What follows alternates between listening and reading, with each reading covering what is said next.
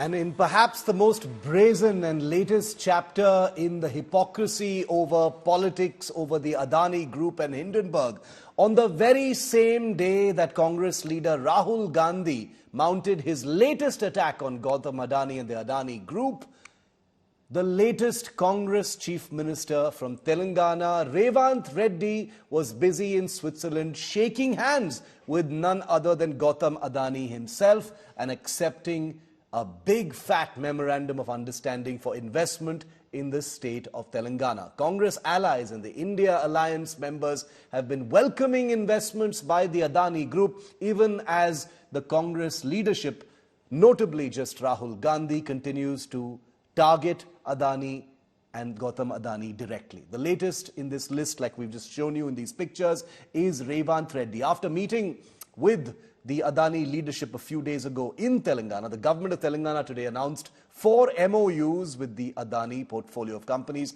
for over 12,400 crore rupees at the World Economic Forum in Davos. Adani Defence and Aerospace will be investing 1,000 crore rupees to set up a counter-drone and missile manufacturing facility. Rahul Gandhi, meanwhile, in Nagaland, once again, for the umpteenth time, targeted the Modi government, claiming it favoured businessmen Adani and Ambani, taking a jibe at the Modi government, saying during the Nyaya Yatra, despite over 500 big companies in India, none of them have been owned by someone who is from Nagaland. Here's what Rahul Gandhi said, and keep that in mind as you see these pictures of Revanth Reddy shaking hands with Gautam Adani and accepting over 12,400 crore rupees in rightful investment. Mr. Revanth Reddy, who has also campaigned against Adani and has spoken against Adani's corruption in numerous platforms, has signed a deal of 12,400 crore business MOUs with the Adani, which explains that the Congress is farce and they want to speak against Adani only for votes, but simultaneously will continue to have business relationships with crony capitalists like Adani. 2 or 3 people are controlling the entire business system in the country. I want to ask the question, why none of India's leading companies is owned by a Naga? You have Mr. Adani, you have Mr. Ambani. There are 500 of the biggest companies in India. Not one of them has a Naga leadership. Any legal business that is coming into the state, how can we stop it? What Mr. Rahul Gandhi's claim has always been is that there has been policy tweaking, there has been framing of new rules to accommodate certain big businessmen. So that is what is the problem. And the economic equality is increasing and the government doesn't seem to be doing anything about it.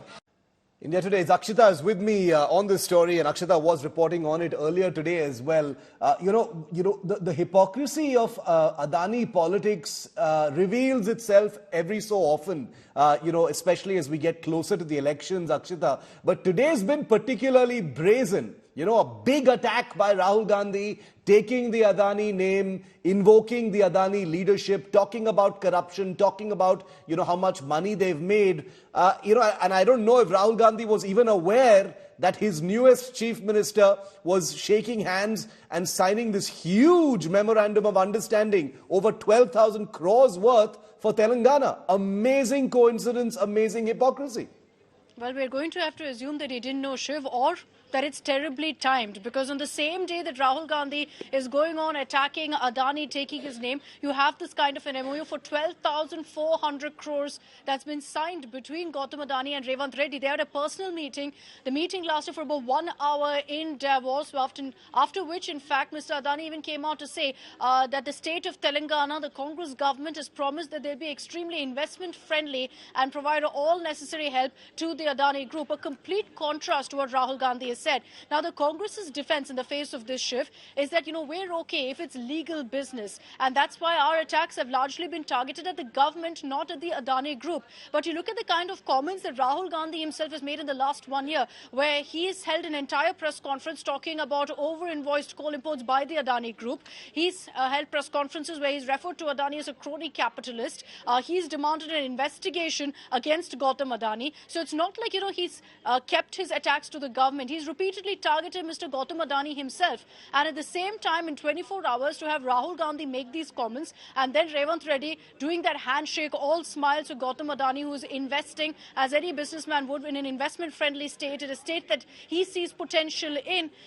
Political hypocrisy here is going to be something that the Congress will have to answer for. And it'll be interesting to see that with the situation as it is right now, with the Congress government signing deals with the Adani Group, with their allies also signing deals with the Adani Group, whether in at least the remainder of the Bharat Jodo Nyaya Yatra, Rahul Gandhi will shy away, will steer away from really taking Adani's name in the manner that he does. It's incredible. I mean, cynicism is very much a necessary ingredient perhaps for political success. Many people call politicians shameless. They have to have a thick skin when it comes to this kind of thing. But this is, this is embarrassing. This is really embarrassing. I've got to go ahead and say that this is perhaps the most brazen hypocrisy as far as Adani politics is concerned. All the allegations against the Adani Group, as we say here on the India Group, must be investigated to the hilt. If any wrongdoing has happened, punishment must be handed down unsparingly.